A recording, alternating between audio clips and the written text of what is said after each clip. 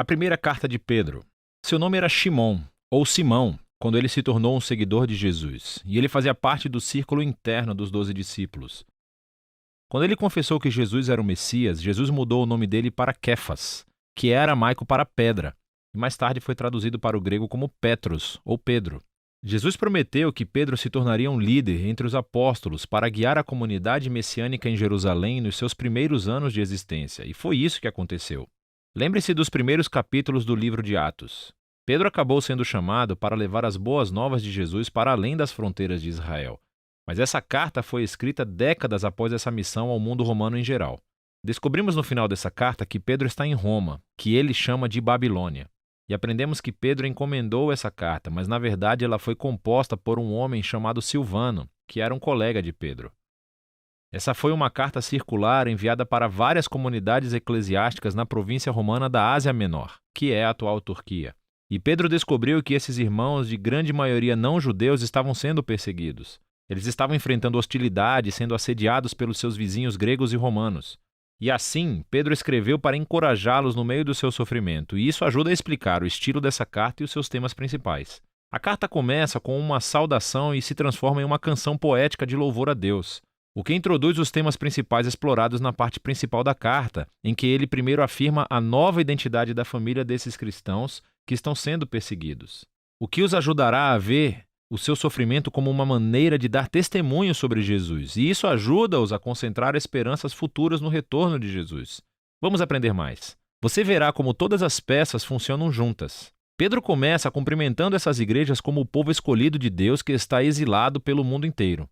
Contudo, Pedro deixa claro ao longo da carta que esses cristãos são gentios, mas aqui ele os descreve com frases do Antigo Testamento que descrevem como Deus escolheu o povo de Israel, a família de Abraão, ele próprio um exilado e errante.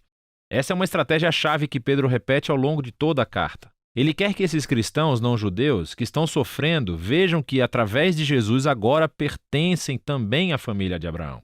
Eles estão exilados como ele, são incompreendidos e maltratados, e estão procurando seu verdadeiro lar na Terra Prometida. Pedro continua essa ideia no Salmo de abertura. Ele louva a Deus por fazer as pessoas nascerem de novo em uma esperança viva através da ressurreição de Jesus e do poder do Espírito. Deus está convidando todas as pessoas para uma nova família centrada em torno de Jesus. Uma família que tem uma nova identidade como filhos amados de Deus e que tem uma nova esperança de um mundo renascido pelo amor de Deus quando Jesus retorna como Rei. E, para as pessoas que têm essa esperança, o sofrimento e a perseguição são, na verdade, um presente estranho, porque queima esperanças falsas e distrações como um fogo purificador e nos lembra do nosso verdadeiro lar e esperança. E assim, paradoxalmente, as dificuldades da vida realmente aprofundam nossa fé, tornando-na mais genuína. A partir daqui, Pedro vai passar para o corpo da carta, mas vai explorar todas essas ideias com mais profundidade. Ele primeiro desenvolve o tema sobre a nova identidade familiar do povo de Deus. Ele pega imagens ainda mais memoráveis do Antigo Testamento sobre a família de Israel e aplica-as a esses cristãos gentios. Assim como os israelitas deixaram o Egito, eles também devem estar prontos para a viagem, de sandálias nos pés e vara na mão, e deixar seu antigo modo de vida a caminho de um futuro novo. Agora, eles são o povo santo de Deus que viaja pelo deserto. Eles são o povo do novo êxodo que foi redimido pelo sangue de Jesus, que é o último cordeiro pascal. Eles são o povo da nova aliança que tem a palavra de Deus semeada profundamente dentro de si, restaurando seus corações e renovando as suas mentes.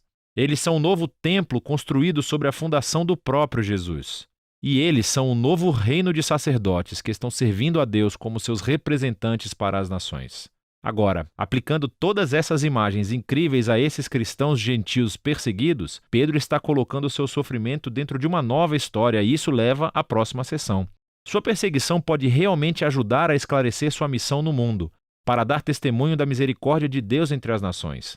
Então, Pedro primeiro os encoraja a se submeter ao domínio romano, mesmo que seja opressivo. Sim, ele reconhece sua perseguição, seu sofrimento é injusto, mas a resistência violenta não resolve nada. Sem mencionar que trai os ensinos de Jesus, que amava seus inimigos em vez de matá-los. Pedro, então, destaca especificamente a situação muito difícil que os escravos e esposas cristãs enfrentam quando viviam em lares romanos, onde o patriarca não seguia Jesus. O problema é que era suposto que todos na casa se submetessem e adorassem aos deuses do patriarca. Portanto, Pedro está ciente de que dar lealdade a Jesus gerará suspeitas. Então Pedro diz: é verdade, todos os cristãos, incluindo esposas e escravos romanos, foram totalmente libertados por Jesus. Mas eles devem demonstrar essa liberdade não através da rebelião, mas resistindo ao mal da mesma forma que Jesus fez, mostrando amor e generosidade aos seus inimigos. E em lares onde o marido também é cristão, é uma história diferente. Devem tratar as suas esposas totalmente diferentes de seus vizinhos romanos, considerando-as iguais perante Deus, que são dignas de honra e respeito. Pedro tem esperança de que essa imitação do amor de Jesus e do reino invertido dê poder às suas palavras, ao testemunharem a misericórdia de Deus e mostrarem às pessoas a verdade maravilhosa sobre o caminho de Jesus. Mas Pedro também é realista. Ele sabe que os cristãos continuarão sendo perseguidos, e assim ele os lembra da reivindicação futura. Ele lembra-os de como o próprio Jesus foi perseguido injustamente e assassinado por poderes humanos corruptos, mas na realidade ele estava morrendo pelos pecados dos seus inimigos. E depois disso ele foi reivindicado e recebeu a ressurreição pelo Espírito. E agora Jesus é exaltado como rei sobre todos os poderes humanos e espirituais. Então, Pedro mostra como o batismo aponta para as reivindicações dos seguidores de Jesus. Assim como Noé, eles foram salvos através das águas, não como um ritual mágico, mas como um símbolo sagrado que mostra a sua mudança de coração, o seu desejo de se unir a Jesus em sua morte e ressurreição. E agora, mesmo se eles forem assassinados por seguir a Jesus, a sua esperança está na reivindicação futura e em uma exultação ao lado do seu rei, o que leva Pedro para o momento final. Ele lembra as palavras de Jesus, que seus discípulos deveriam considerar uma honra e alegria serem perseguidos como ele foi. Pedro então pede aos líderes da igreja que cuidem desses cristãos sofredores e mostrem o mesmo tipo de liderança servil que Jesus mostrou aos seus seguidores. E finalmente, Pedro lembra esses cristãos sobre o verdadeiro inimigo que eles estão enfrentando. Essa hostilidade não é simplesmente cultural ou política.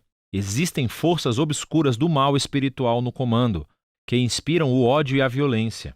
E eles devem resistir a esse mal permanecendo fiéis a Jesus e aos seus ensinamentos, e antecipando o seu retorno e vitória final sobre esse mal. Pedro conclui com uma oração pela força divina e envia uma saudação à igreja em Roma, que ele chama de Babilônia. Isso é bem legal. Pedro está adotando aqui a tradição dos profetas do Antigo Testamento, para quem o nome Babilônia tornou-se o arquétipo para toda e qualquer nação corrupta. E assim Roma tornou-se a nova Babilônia, e o seu império é onde o povo de Deus está agora exilado de seu verdadeiro lar, na criação renovada. A primeira carta de Pedro é um poderoso lembrete da esperança cristã no meio do sofrimento. Desde o início da sua criação, o povo de Deus tem sido uma minoria mal entendida, e eles devem esperar enfrentar hostilidade porque escolheram viver sob o governo de um rei diferente, Jesus. No entanto, a perseguição pode se tornar um presente estranho para a igreja, pois oferece uma oportunidade de mostrar aos outros a surpreendente generosidade e amor de Jesus, alimentados pela esperança do seu retorno. E é isso que 1 Pedro explica.